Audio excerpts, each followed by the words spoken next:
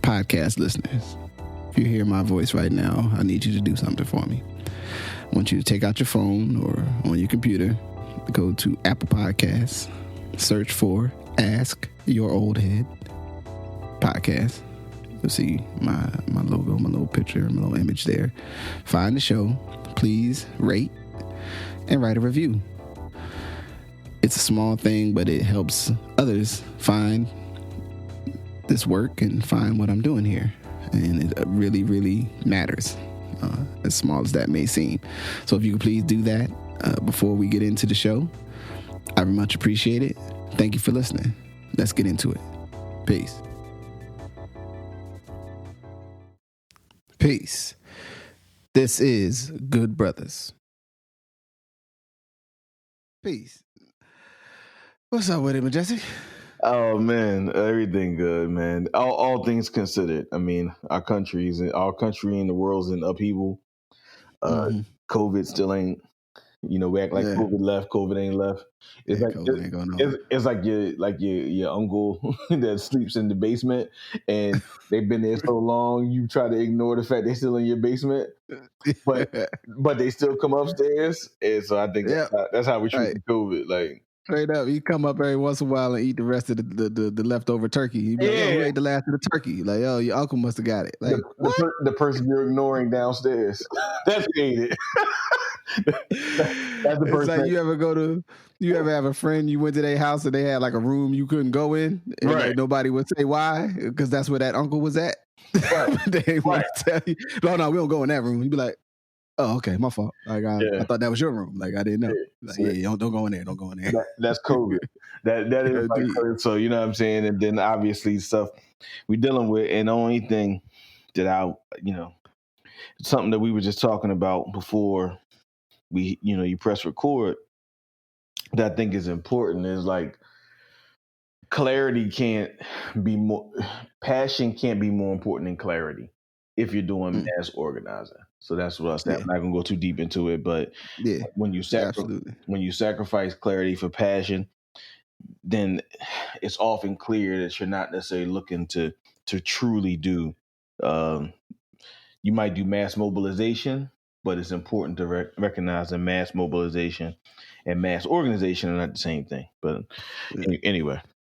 All right. So we decided, in a pivot this week, because life, well, I mean, there's a lot of reasons, but I'll say it the simplest way, man. Sometimes you want to have some fun and you want to smile and you want to be in that space. So we decided this week, a show that me and you both enjoy, Billions, has returned for its 5th season.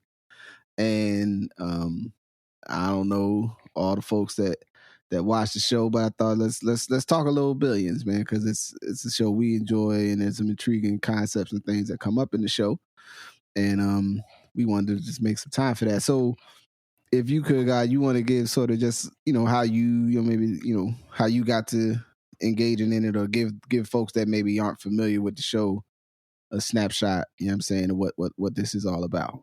Yeah, man. And thank you for thanks for the opportunity to think about that, because sometimes you got to pivot. Yeah, absolutely. So Billions for me is like, it's like the show that's like work but not at work, just giving everything. But it also shows how you have two mentalities, one within government and one within business, that generally speaking operate in very similar ways. And they use New York as a backdrop, which I think is a beautiful muse and a beautiful place to talk about this work. You could do it in Chicago, obviously. You could do it in other cities, but I think New York is perfect for it. And then you just get into it because of the writing. The writing is good. The writing is varied. They bring a lot of pop culture and just culture references in, which is how they're paying attention to certain things. And it's nuanced. Like, you have to rewind. You got to stop it, right? Like anyone I know that has watched it, that has started to watch it, has become like into it, right? Which I think is a testament for good television. So Yeah. yeah. What about you? So, I mean, I knew the show existed, and I mean, maybe a year ago, maybe a little more. I think we was talking or building or something, and you mentioned it, and I was like, yeah, I do want to watch that show. And as I like to say and I think a lot of folks empathize with, I ain't have a way to access that particular channel via my internet sources. And then so I got on the waiver wire, talked to some people, and found my way where I could enjoy the show, because I was curious about what it was about, and for those that don't know, I mean, the drama centers around one fantastically wealthy white cat from Yonkers, who's a stock in the runs a hedge fund cats, you know what I'm saying, and the and our man Chuck, who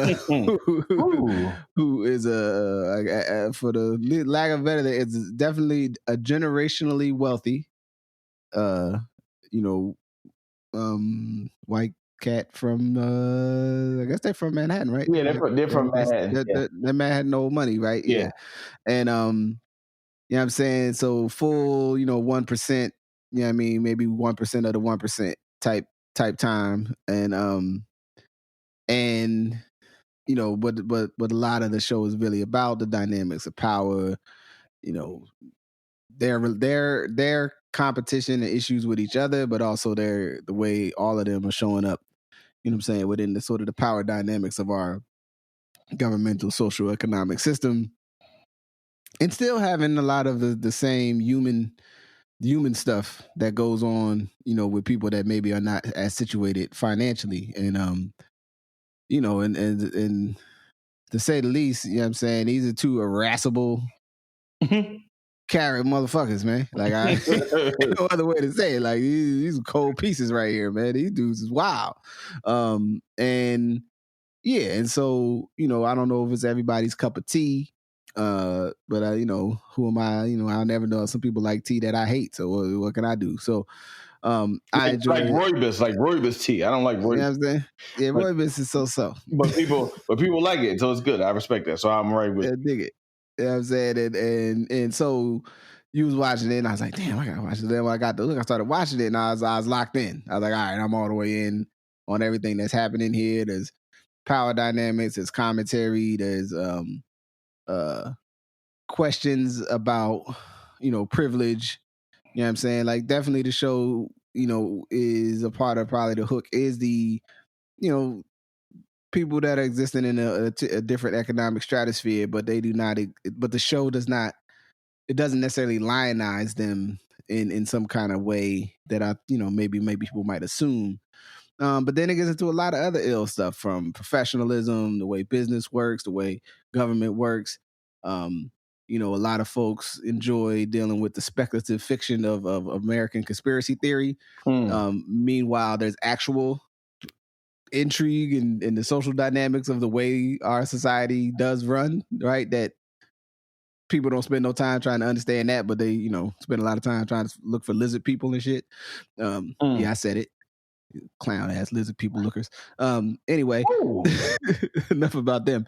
So we come here to the 5th season of the show. Is there anything before we just sort of, we kind of bounce back and forth with some of the concepts that came up because these first 2 episodes of this season, is there anything that contextually you think, on some spoiler alert or not spoiler alert, folks should know?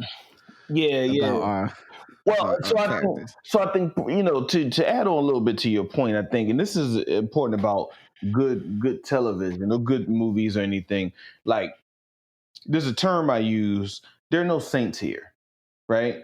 And like, there are no saints in this show, and the cycles always flow through of up and down, which I think is reflective of most people, right? It's reflective of most situations. Like, you're a good person and you might have had to do something challenging. There are people who are extremely challenging that do something good every now and again. The broken clock is right twice a day, right?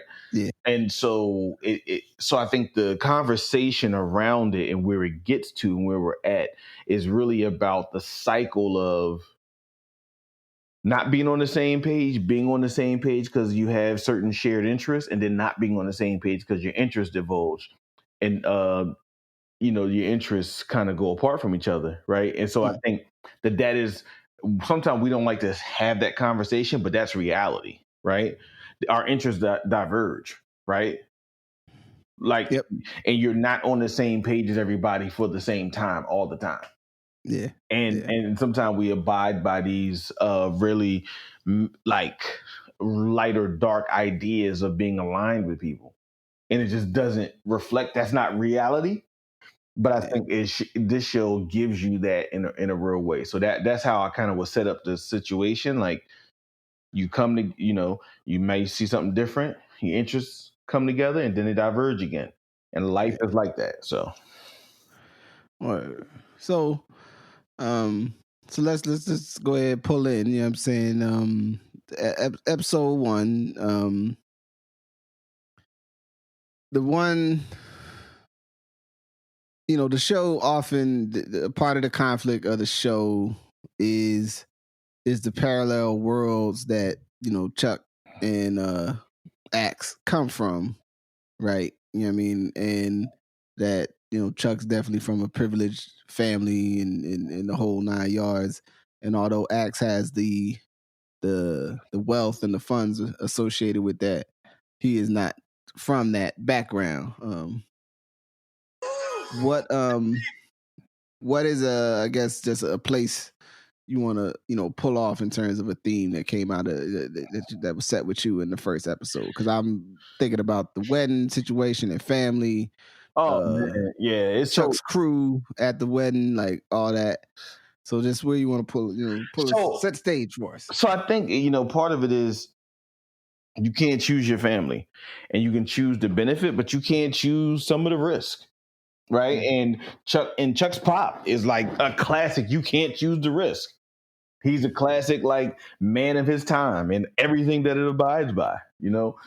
And I like Chuck's pop, man. In some ways, he remind me of my pop. Like, listen, man, I tell people all the time, man, it's not many 70-year-olds that should be in control, not in control of something, but not many 70-year-olds that should try to run for office. My pop is an amazing dude, but he should not run for office. He says of every day, I'd be like, whoa, okay, can't have that conversation. That's not going to work, right? So in the same way, the pop is like, yo, he's just, he's unrestrained, right? Yeah. He's unrestrained idea of superiority and dominance. And Chuck has that challenge with that.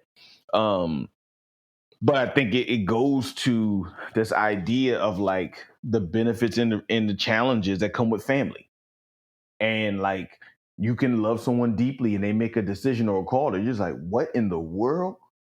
Right. And his pop stayed making decisions that call for that. Right. Yeah. The pop stayed making decisions that call for that. And many of us know this in our own families. Like, yeah. You know what I mean? You're like, what? Like, your daddy did what? And they'd be like, yes, that's what my pop did. Right. He said he decided he wanted to do this. And so now it's weird at the family cookout. Right. And then this is how you're going to carry it. He don't care because he's at the advanced age of not caring what the rest of us think about his decisions. Mm-hmm. And there's a benefit to age like that when you stop caring. Right. The rest of us are still somewhat, conscious about what people think about us. Chuck's pop he don't care about that. So I think that was an important component of it. But I think, to your point, is already like that idea in juxtaposition, now that you really brought this up, of old money versus like unexplainable wealth and the limitations and benefits of both. Yeah. Right. And like, so what does it happen when someone before you has set up relationships that allow you to like do a variety of things? And doesn't mean you're incredibly wealthy, but it means you're incredibly connected. Yeah. And that's something that Chuck deals with the benefits and the risks of all throughout the episode and the show. Yeah. And the dynamics of like because I was one of the things I noted down was like, you know, and is Chuck's, you know, crew, which is at the wedding, you know what I'm saying? It's like it's people he's connected with. And in a sense, these are his, you know, these is probably his most trusted people, you know what I mean? Whether those are all good relationships or not.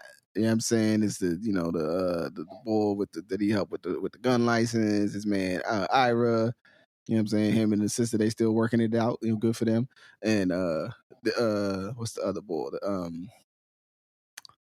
Damn, I can't remember where they was, but they had a contentious relationship too. The other cat that, you know, when they teasing him about, you know, his, you know, so y'all understand he's this man is facing a divorce due to you know, not necessarily his individual proclivities, but basically his, you know, that everybody in his life is an instrument of his will. You know what I'm saying? They're not I mean, he doesn't not care for them, but he still also he won't shy away from using them to move forward something that he wants. Very similar to his father, which is then, you know, part of their conflict. And then so there's that. And then, you know, the thing I wrote down thinking about it is that like the world is as it is, right? Like, and we can try to fight to make the world in some way more attuned to what we want it to be in terms of what we think is right or wrong. And the thing I see constantly, I think, with the way these characters move is that as people that are accepting the world is as it is, they make decisions and things that allow them to be successful or take advantage or do this and do these other things because they're not caught in, you know, you know, I don't want to be embarrassed, so I'm not going to do this thing. And they're like, nah, man, I don't care if I'm about to be embarrassed. I want that. Yeah. Well, they're not burdened. I think to your point, they're not burdened by the idea of propriety, and one that can make you a psychopath, but it can also give you a clear vision, because sometimes the burdens of propriety aren't really rational, right? Yeah. They're constructs given to you by people who are entirely irrational, who have, by repeating them over and over again, have created this idea of propriety, right? So you become burdened by something that if you stepped outside and looked at it, you might check yourself like, why am I even listening to this? Right? But they're not burdened by those things, to your point. Like they have no such of those burdens, which leads them to be sociopathic and yet extremely clear-minded, right? And it's that balance of how do you figure out, you know, Allah talked about in a movie, like who are you in the movie? So when you watch these kind of things, you have to balance out that idea of, you know, your rationality and not being unburdened, you're not being burdened by that, but at the same time not being a sociopath, right? So, you know what I mean? And so sometimes different people lend and bend to certain sides because of their interest in not being unburdened. But then sometimes you see people are overburdened and actually do things that end up hurting them and other people in the long term. So again, it's an interesting psychological riff on the world that we're in. And I think some people would argue the world that we've been in that may change. And I'm not so sure that the world we're in, the people at the top are changing more than they are shifting and adjusting in order to maintain their current status. And by that, just clearly, I mean, over the last couple of weeks. And I think I've said it, and, you know, whenever Uber wants to check in and support the good follow up and follow up, whenever you want to follow up and support, since Black Lives Matter, like they stand with black people. Yeah, since you standing with black people, right? And everybody say Black Lives Matter. You know, the idea, have people changed? Have people empowered changed, or have they adjusted and pivoted to the reality of this time? Right. And so it helps for me to try to think through that idea. Like, do you assume because someone makes a change in their activities that they have changed in mentality, or they have changed out of practicality of maintaining control?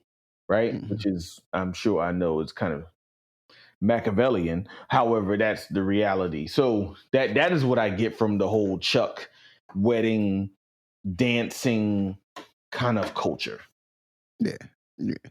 I mean, and I'll just add, because those that might not, if you don't get around, or it takes you a while to get to episode 5. It takes a real wild dude to have your ex-wife at your wedding to your new wife, and you use Chuck Poppy. I'm just gonna put that out there. You use a cold piece to do that. You know what I'm saying? Be like, yeah, everybody need to be here because we family. Like, all right, I suppose so. You know what I'm saying?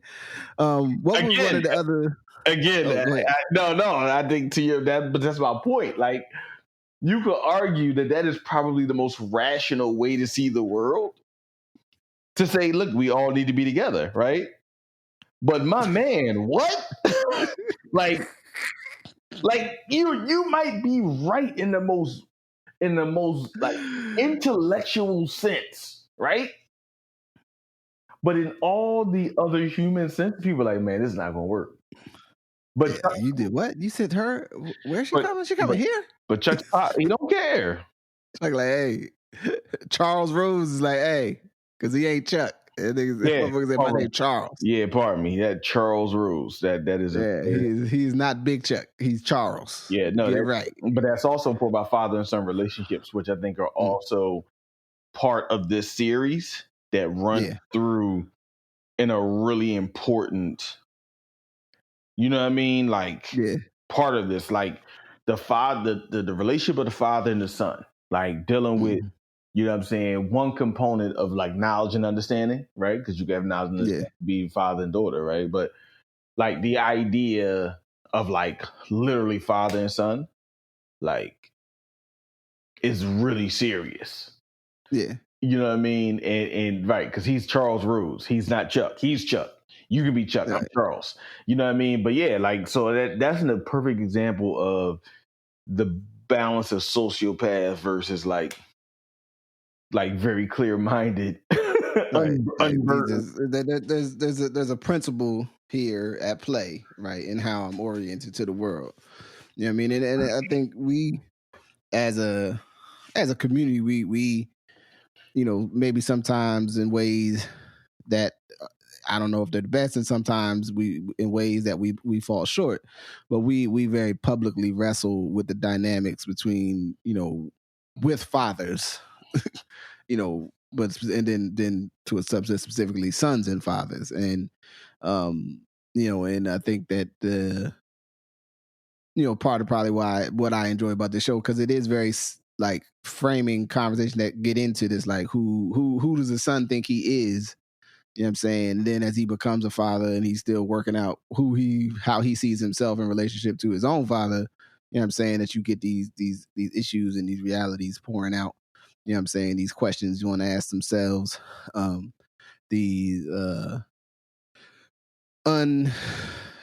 maybe unresolved matters. You know what I'm saying? Depending on what your situation was, your dynamic, or maybe not necessarily unresolved, clearly resolved, but maybe you're not happy with the way that it plays, and I think that shows up with some of the way these individuals behave. There's a theme. What's one of the other themes that you pulled out of episode 1? Because I don't want us to lose. Oh yeah, no. So I think one of the ones is the culture of conflict / bringing together disparate worlds between Mace Cap and Axe Cap, and just the whole thing of like how Taylor has been brought in and they are trying to cope with what it means to like have to come back after leaving Axe Cap. Spoiler alert for anyone that's not watching, but you'll catch up and it'll make all the sense in the world. So for them to have to come back to it. But now how do you bridge the culture of conflict? Again, very rational thing to today. How do you bring together disparate worlds? If you're talking about working for the good of the whole, you have to think about how to bring together disparate worlds. Our politics, our TV, our media has actually all been fostered based upon separation. Yeah. Right? Like our music, everything has been fostered on these two things are different, right? These are different stuff. This is urban. This is hip hop. This is R&B. This is country. This is reggae. This is soul. Now, even though half of the stuff are all hybrids of such, right? They're all separate. But if you're trying to think about mass organizing, again, to my point earlier, then you have to actually think about how do you mediate cultures of conflict in a way that you don't prize one person's perspective over other people's perspective. And I think in the episode, it was masterful them using wrestling as a metaphor to do like mass amelioration of conflict. Not because I think that's good or bad, but because I acknowledge that that is something that cuts across people. And it's important to do that when you have a culture of conflict. Well, and I think it was I mean, speaking to where you have people that you're trying to bring together that largely are operating in the same space in a sense, but then they're also their approaches to being successful in that space are different, right? And so even if they won't speak to it, they know there's a conflict because there's the tension of the reality that if this one is highly successful, it could displace the other one, right? So one is trying to establish itself or at least protect itself, and the other is trying to maintain its position in terms of specifically. So this is too cryptic for those. And then there's a hedge fund. The Mace Cap uses a lot more of the quant. You know what I'm saying? Algorithms. Very very much more numbers and the programming base. Side of making decisions and then making deals and taking stock positions and everything else. And the other side uses a more, what we could call traditional analytical kind of approach, and also, shady shit that is illegal in terms of getting information and looking at information to make decisions and reads on what's about to happen, right? In terms of market decisions and companies and what have you, and shit that is clearly. But these two things are in conflict, which they are right now. But it also speaks to a truth that, there's a couple people out there, if you look around programming, because in tech, is that, there could be a sense of like this, the tech's going to save us and fix every issue. And there's enough people that are being like, hey, man, tech can fix a lot of stuff, but there's a lot of shit that tech falls fantastically short of being able to do without the cognition and the compassion and empathy of the human reality, right? And then there's stuff, that folks will be like, that is only the parlance of the human reality, that are like, well, you know what? You could spread a little automation in there, or, use some software to simplify some steps, some pieces and parts, so that you could be more successful. And that conflict is something that we in almost every industry, you're running up against, right? From social services, government, to all different types of businesses. You know what I mean? There's a lot of businesses that are out here running on Windows 95 and shit, because the people that run them are like, well, that's the one we know how to use, but it's like, it might be shit falling off the table because you fucking out here with a giant Excel spreadsheet, tracking some important information. It's like, well, this is what works for us. You know what I mean? It's like, well, yeah, but they got there's all these programs and servers and stuff over here. Maybe there's some other way. And then there's the other side of where, hey, one love the Uber. Thanks for standing with us. That, yeah, I'm saying you can create this tool to make it easier to make the connection, but still ultimately somebody got to drive a car and make sure they get from, A to B, that your software can't make any better, the actual way the car functions and how the driver treats people, and and how the passenger treats the driver. Like, you can incentivize stuff, in terms of the rating system that exists within that, but that only goes so far if someone is just a bad actor. You know what I mean? Like, so that tension is relevant in the show, you know what I'm saying? But it also, I think, is showing up in our lives. And the wrestling shit was ill. I don't know if you ever seen Fighting with My Family. No. And I don't know if it's that I don't know enough about wrestling to know exactly who's who, but it's basically about, one, I think it's Paige or something like that. She's from England. Yeah. I don't know if that's the same person, but it's about her like, it's like the movie about her, how she got into the wrestling. You know what I'm saying? And her family was a whole family that did like, the low budget, so to speak. Wrestling joints. In England, and she went to a tryout, and boobity boom, things happened, and she became a wrestling star. You know what I'm saying? And not just a wrestling star, she actually like revolutionized, at least to my understanding, sort of the women's side of things. You know what I'm saying? In a way that had not been the case before. It's a fun movie though. And even if you don't like wrestling, which I don't particularly care for it, but also it's like wrestling is a certain kind of fiction. But if you start watching an episode of wrestling with somebody, you'll find yourself kind of liking it a little bit. You know what I'm saying? You'll be like, oh, okay, they out here wrestling. Look at this shit ain't real, but it is kind of fun. Like, you know what I mean? So I thought that was an interesting twist to get to that conversation about doing your role, to supporting other people, but the success of the entity over your individual success. And I think that's important because we're not taught that, right? We're taught that our personal inner perspective and our personal intervention is like the most important thing, right? And so, like, using wrestling as a thing of like, we're all acting, but we're all acting on behalf of the greater good. And then for the challenge in so many other worlds is, what does it mean to act on behalf of the greater good? Like, truly. You see what I'm saying? Yeah. Like, that's, I think, where a lot of us find ourselves really challenged, because we like to talk about collective mentalities and collective activities. But when we're challenged to actually have to function in that way, it gets really difficult. Because we've also been taught that the individual is number one in America, right? Like the idea that like Nike will say, or Adidas, or anybody, because shout out to Nike if they want to come on in. I do like your running sneaks, just so y'all know. But like we've created a situation where people are like, yo, you want shoes that no one else has? Nike is going to create them for you. Just go on the website and pay more money, and then we'll get you something that no one else has, right? Mm-hmm. So we're not going to say you have the same sneakers that everyone else has, but you can dress them up to be different, right? Or you can take them to one of your friends. We will facilitate your individuality for cost. Yeah.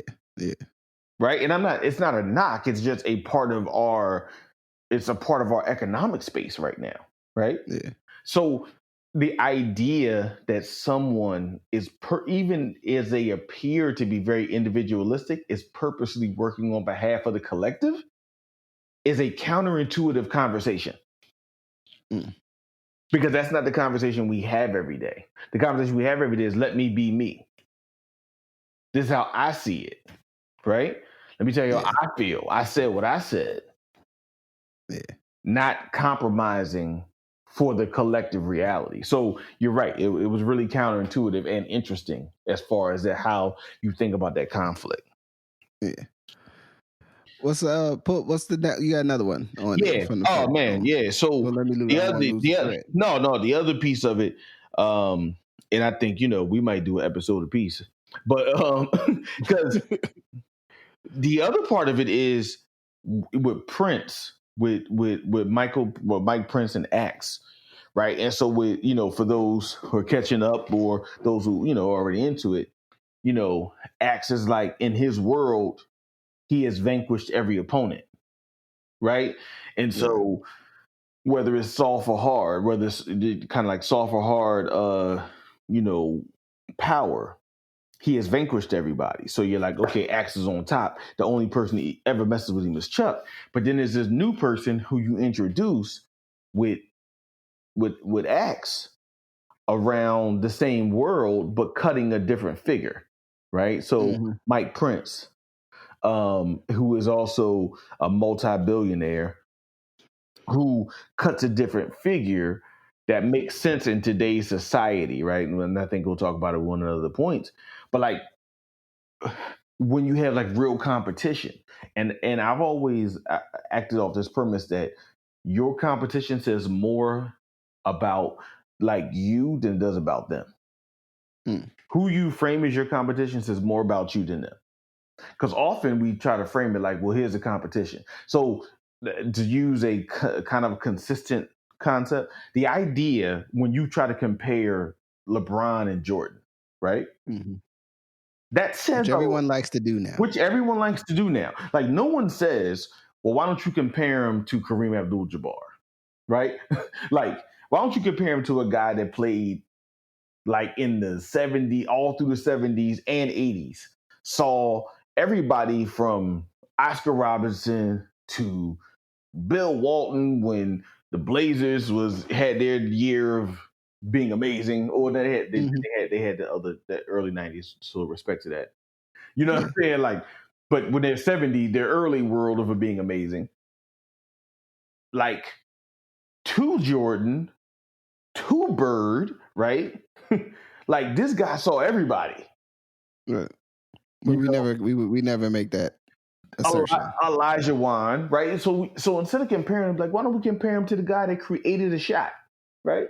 Like, this guy. There's only two people in basketball history that I can say created a shot: Jerry West and Kareem Abdul-Jabbar. Everyone else had moves, right? The Dream Escape. I mean, these are all variations, right? Jerry West and Kareem Abdul-Jabbar created actual shots.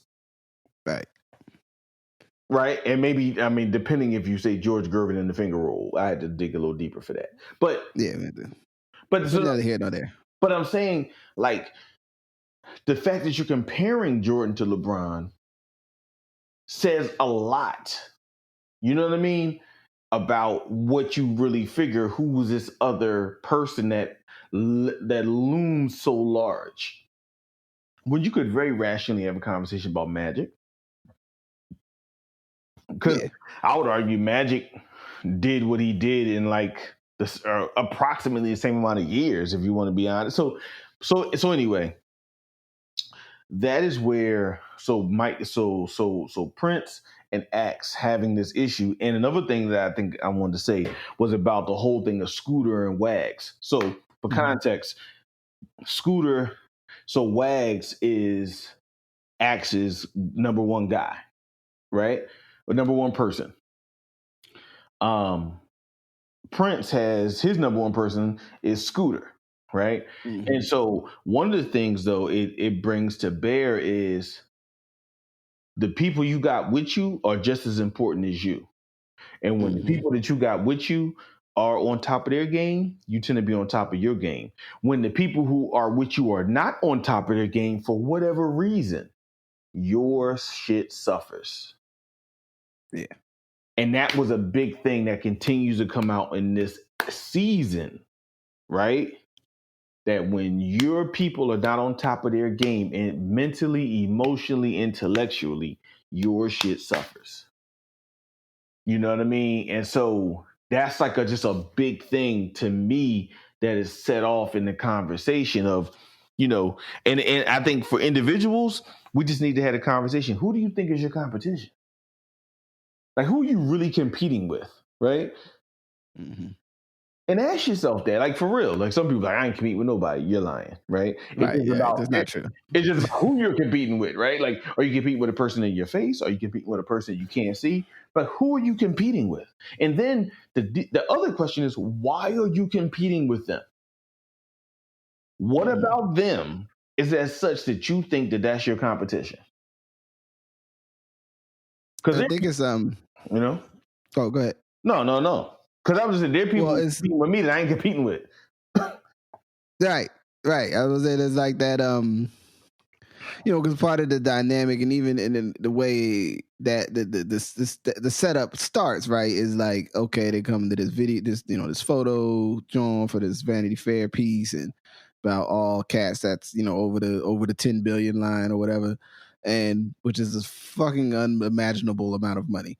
Right. It's so much money, and so it's 8 other dudes at this photo shoot. We don't know nothing about them, right? Like, but also that's part of the conceit is that even for these two, they are like, yeah, them dudes ain't, they couldn't take my spot. Like, I'm even amongst people with an unimaginable amount of money, there's a pecking order.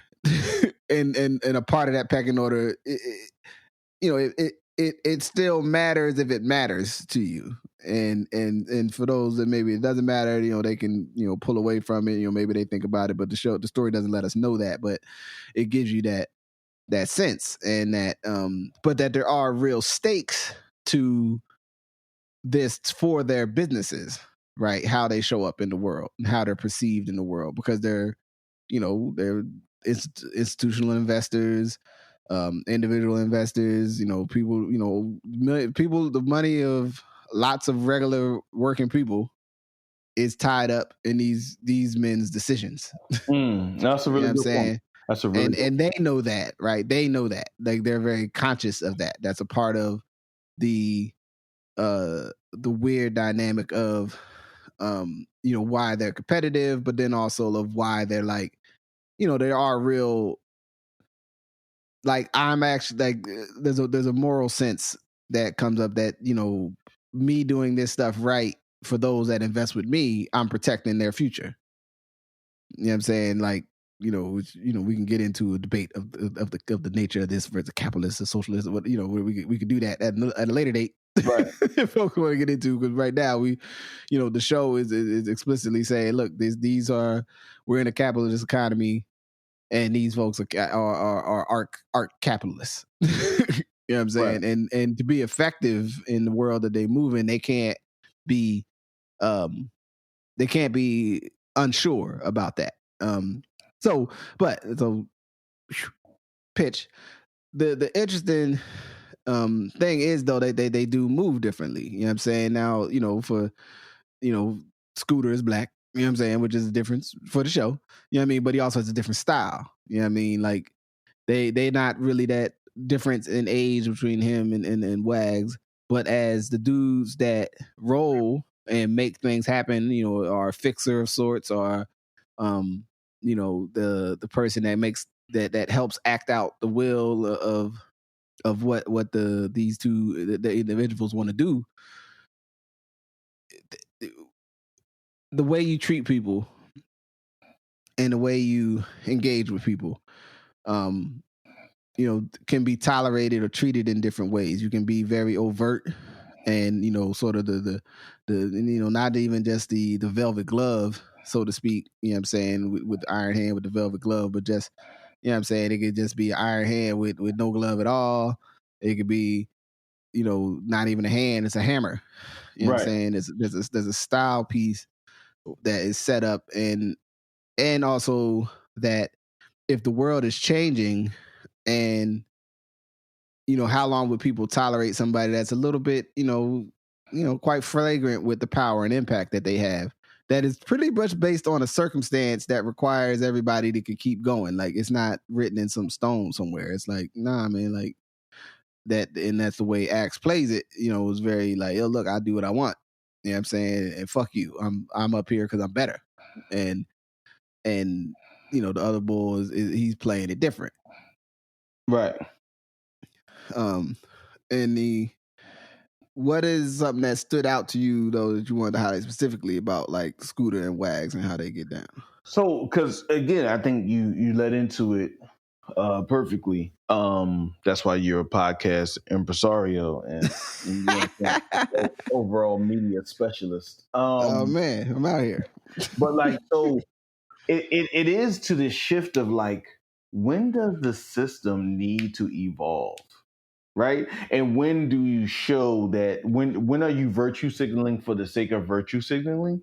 And when are you pivoting for sustainability, resilience, and the benefit of the collective? Right? Like, and so I know that's heavy, but that is an important component, because sometimes people won't change because they feel like, why should I change? Versus, you should change because it's actually better for everybody.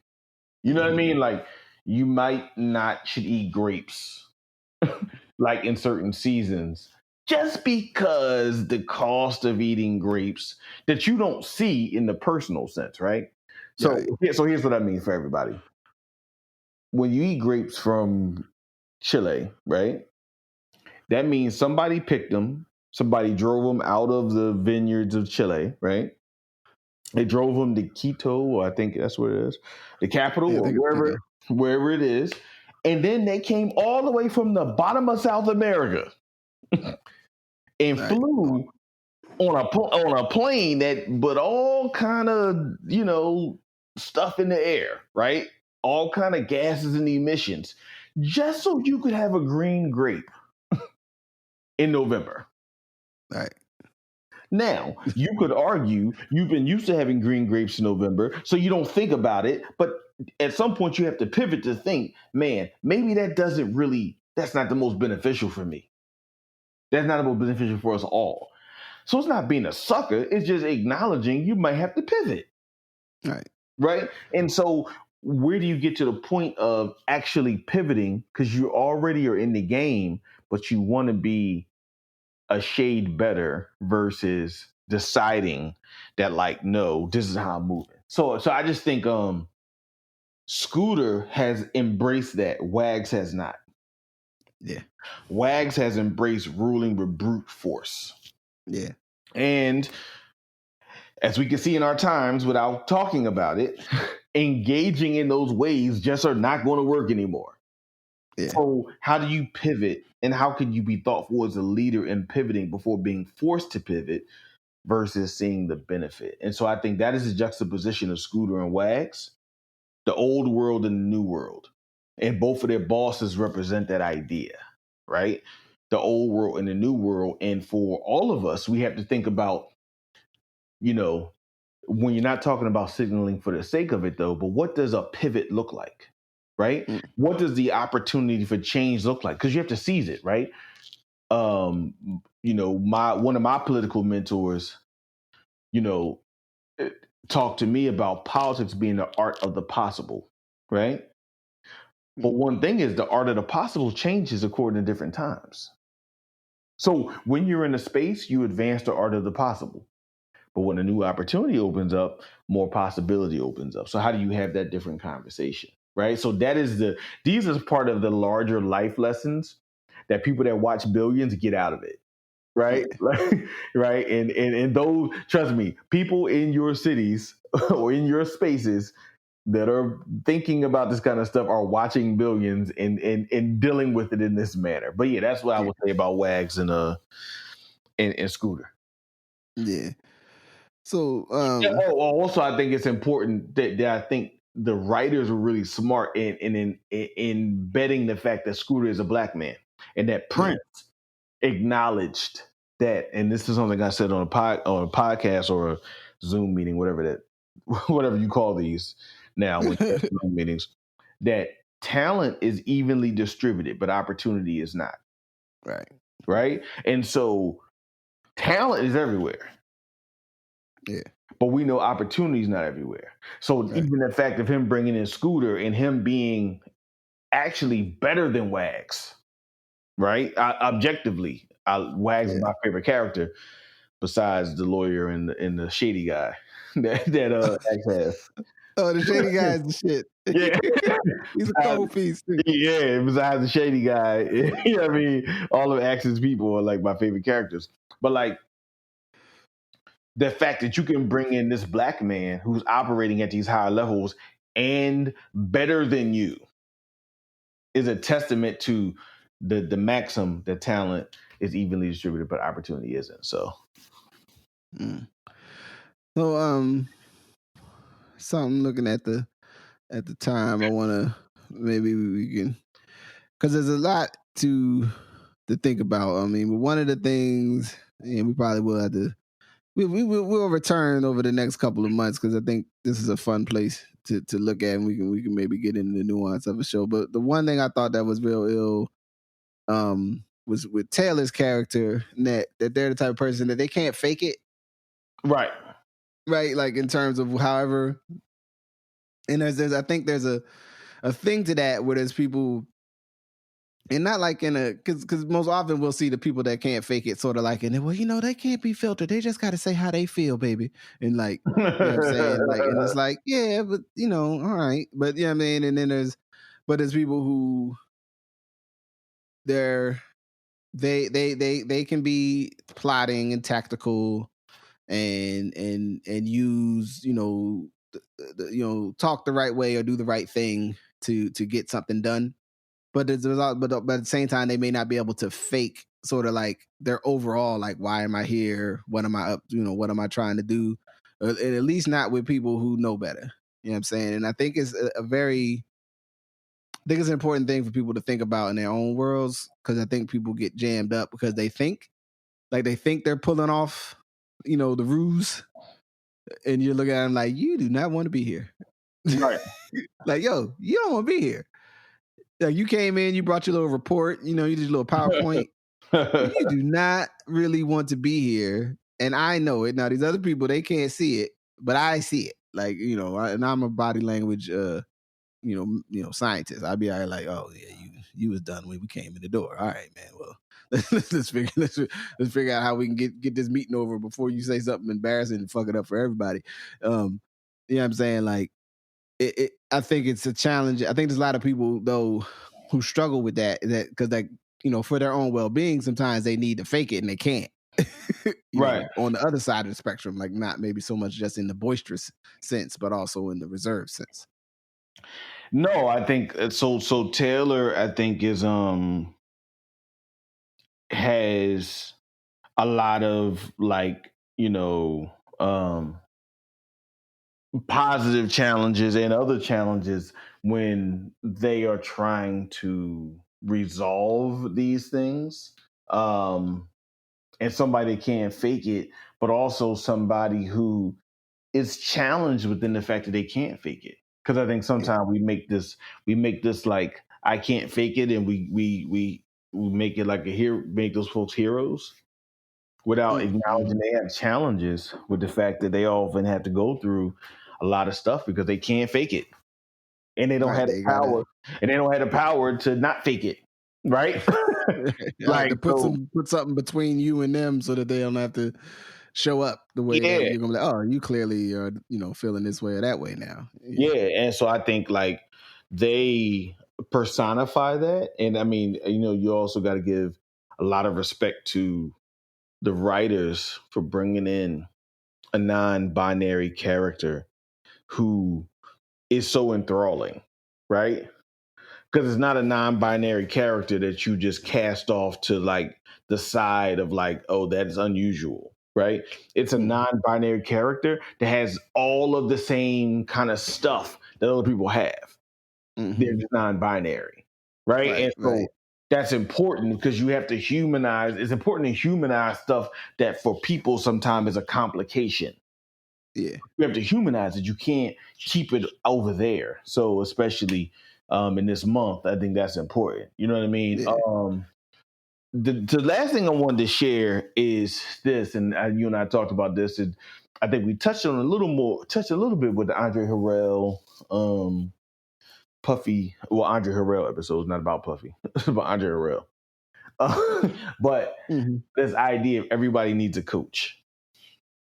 And it's the relationship between, Chuck and Wendy. I mean, not Chuck and Wendy, but Axe and Wendy, right? And not just Axe and Wendy, but for the good of the organization. And this is a challenge because there's two things that I would argue that you will find that Black men will have a challenge with: asking people for money and having a coach. Because both of those feel like this idea, and I don't know if it's because of basketball, frankly, or football or athletics, where you just fundamentally don't. Every talent has to be like intrinsic, right? Like the talent can't be external. The talent can't be coached, even though we know coaches coach talent. This idea of like, because you know how much we don't talk about Dean Smith when we talk about Michael Jordan. Yo, we act like he ain't have one of the greatest coaches in the history of basketball, and that Roy Williams was also a coach on the same, at the same time there when he was there. But and then he worked with Phil. He had his greatest success with Phil, with Phil Jackson. But no, that's what I'm saying. So we do that, right? So we have this idea that talent does not need coaching. And it's not just African American sports. I thought about it because I think the same way we frame even like soccer, right? And when you think about these players, they're all like they learn to play on the favela, or they learn to play in the field Right, of and Portugal. And they learn to play in an abandoned field. crowd, Right. and then they found their way to the leagues. You know what I'm saying, or to the whatever is up. They were playing. Right, they were playing on the pitch. They were playing in this field in Africa. Next thing you know, they're on the pitch in the biggest form in the world. Right. Right. So I think it's just this general idea versus you need a coach. And again, I'm going to separate the coach from a mentor and or a sponsor, right? Mm-hmm. This is where even these two, and these are important for people's professional careers because we don't make these distinctions. Your mentor plays a certain role, your sponsor plays a certain role, right? But a coach is neither of those. Mm-hmm. If your coach and your mentor and your sponsor are all the same person, you need to pay them because they're doing way too much. Right? The coach is the person that can separate themselves and talk about rigorous idea of activity, of the development of your talent, the development of your regimen, the development of your processes to be better and think through them. And Wendy, helps Axe not give in to his own Axe-isms. Mm-hmm. Which for leadership is important, not to give into the stuff you would like to do. Yeah. And so I just think, people can look at the attraction or the fledgling attraction between Axe and Wendy, which I think has its root in something way different than a lot of us would like to acknowledge. But it has versus no, Wendy is she's the best in the business at her work. Yeah. And respect a woman for being the best in the business. Right. That and the reality that her ability to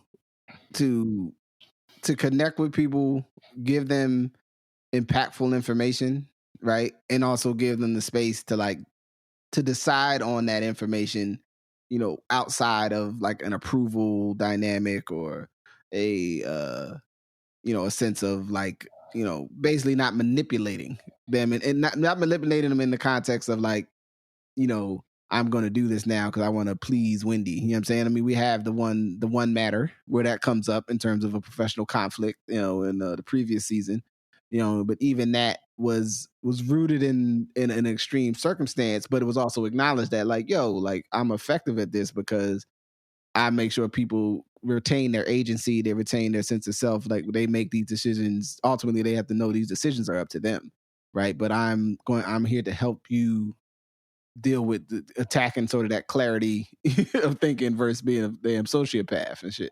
Right. And, let me pull you, I'm going to pull you back from the ledge, but not so much because I know better about the ins and outs of the situation, but knowing about you and what you're telling me about why, or, as in this something I wrote down and, I think is an important concept that is talked about in between these two episodes is that something doesn't hold up to scrutiny, right? You know what I mean? Something seems like a good idea, but when you scrutinize it, it goes, maybe not a good idea. You know what I'm saying? And I think that she is, is a phenomenal character in terms of TV, in the way that she moves with this show. But I think it's a very ill thing. And I think it's a really major problem with, or challenge, problem, might be too strong a word, but there is something to learning how to take coaching that is totally different. It's not like someone showing me how to do it, so to speak, or giving you here's the way, here's how you write a grant proposal. You know what I'm saying? It's not that. It's help really helping you to figure out how to look at what you're doing, how to make this, how to have a different perspective on it, but also how to make yourself open up in a way that's not the same as like therapy or something like that. It's not the same. If it feels like therapy, it ain't coaching. You know what I'm saying? It's something else. They get real close to each other, but they are really different. You know what I'm saying? They are not the same thing. You know what I'm saying? And that there is a deterministic reality. You know what I mean? Not that I've ever had the benefit of working in a professional environment with an official coach, but I have had the benefit of someone coaching me in a professional sense. And it is it's very helpful, and it can be the difference between someone, maximizing their opportunities that they do have, you know what I'm saying, or repeatedly squandering certain opportunities because of their approach, you know what I'm saying, and their style. So like certain things always work out, but then they have this other set of options that always fail, you know what I mean, because they, are resistant, you know what I mean, to thinking about them differently or getting different types of input. No, I think you're right, and I think that's an important component of talking about, like you said, your coach and your therapist are two different people. Your therapist is trying to deal with some unresolved stuff. Your therapist dealing with unresolved stuff. Your coach is pushing you to other stuff, right? Mm-hmm. And again, I will use Black men. The challenge for us is often taking coaching, right? And the ability to understand that even the person that's coaching you ain't a person that came from the space you're in. Which is the other thing. Because sometimes we need this proximity of activity. Like the only person that coached me is a person been through I've been through. Well, that's not the only person that's good at thinking about like human existence. Right? Like, again, your mentor might be from your community. Your sponsor might be from your community. Your therapist probably should be more from your community. Mm-hmm. Your coach doesn't need to be. Your coach is run these laps at this speed, right? Your coach is shoot these amount of shots, use this technique. It's technique based, right? And so, that's just why, these things. So Billions does all this for everybody. If you tune into it, folks, Billions can do all this for you. And I'd like us to do is, in a couple weeks, maybe return. Because, I mean, there's a lot of other shit that just is, I mean, for us is comedy and hijinks and like, oh, shit, wow. That's how we get down. I mean, there's the whole reality that the show I think centers is that folks at a certain economic reality, like they live very differently than you. And not like maybe in the way you're thinking about it. Like, oh yeah, they have big houses. It's like, yeah, they have big houses, but it's a whole bunch of other shit. You know what I'm saying? It's like, hey, whoa, you motherfuckers live different. Like, okay. And it's but it's entertaining. And it's I think I get something, from the show also, and I enjoy it. So word to Big Bird. Yes, sir. All right, well, I mean, before we call it a wrap, anything for the good of the order? I mean, I think, the things that we talked about are part of the good of the order. I think, people being thoughtful around what's occurring and utilizing some of these techniques. And just the biggest thing I can say is like, acknowledge when you got to do something different, and I know we're coming up on Father's Day, so I think we'll have a deeper dialogue into that. But, just don't get nobody those socks if they don't want no socks, man. That's all I'm doing. I know, well, like I said, we'll do a deeper dive, but dog, like, you know what I'm saying? Like, get somebody something, like, don't get nobody nothing that you trying to manage their like functionality. You know what I'm saying? Like, let somebody buy their own socks, because that person might need their own socks, but they understand what socks they want. Don't be buying nobody no socks, man. So yes, that's for right now. So I will close on this, and then it'll be a bit of foreshadowing. Everyone, all of you, and especially brothers, you should be very mindful of what are the things or the matters that cause you to be non-responsive. And by non-responsive, I mean that if the persons that need you most are trying to contact you, where they will not be able to reach you because of whatever that activity you're involved in. And just look into that and be introspective about those activities. And I'm going to leave that there. I'm going to lay that on the table. For those that know, you understand. For those that don't know, watch some of the show, and maybe we can add on about that cipher at a future date. So with that, we're gonna say, it's Good Brothers, man. We're gonna call it a wrap. Peace. Thank you for listening to Good Brothers.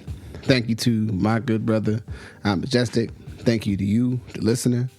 Please find the Good Brothers on the internets at Good Brothers _pod on Instagram. Search Good Brothers on the general interwebs, see if you locate us. But all the Good Brothers episodes can be found on the Ask Your Oldhead Podcast feed, and also at askyouroldhead.com, and soon to come, goodbrothers.show. So check for that. Check subsequent episodes, so to speak, and you'll be able to get the full scoop. As always, please listen, rate, subscribe. The Good Brothers will be coming to its own feed soon, so you can follow Ask Your Oldhead and get the Good Brothers right in there with the Ask Your Oldhead podcast interviews. But also, if you just want to keep track of what the Good Brothers are getting to and what we adding on about, you'll be able to find that separately. Stay tuned for more information on that and when that becomes available. Again, be safe out here in these COVID streets. Be safe out here as we are out here in the streets, protesting, demonstrating, but also be safe as we're moving through these rooms and these spaces, organizing, and coming up with, all of the different layers of impact that are needed. But in any event, that's for another day. Thank you for listening. Peace.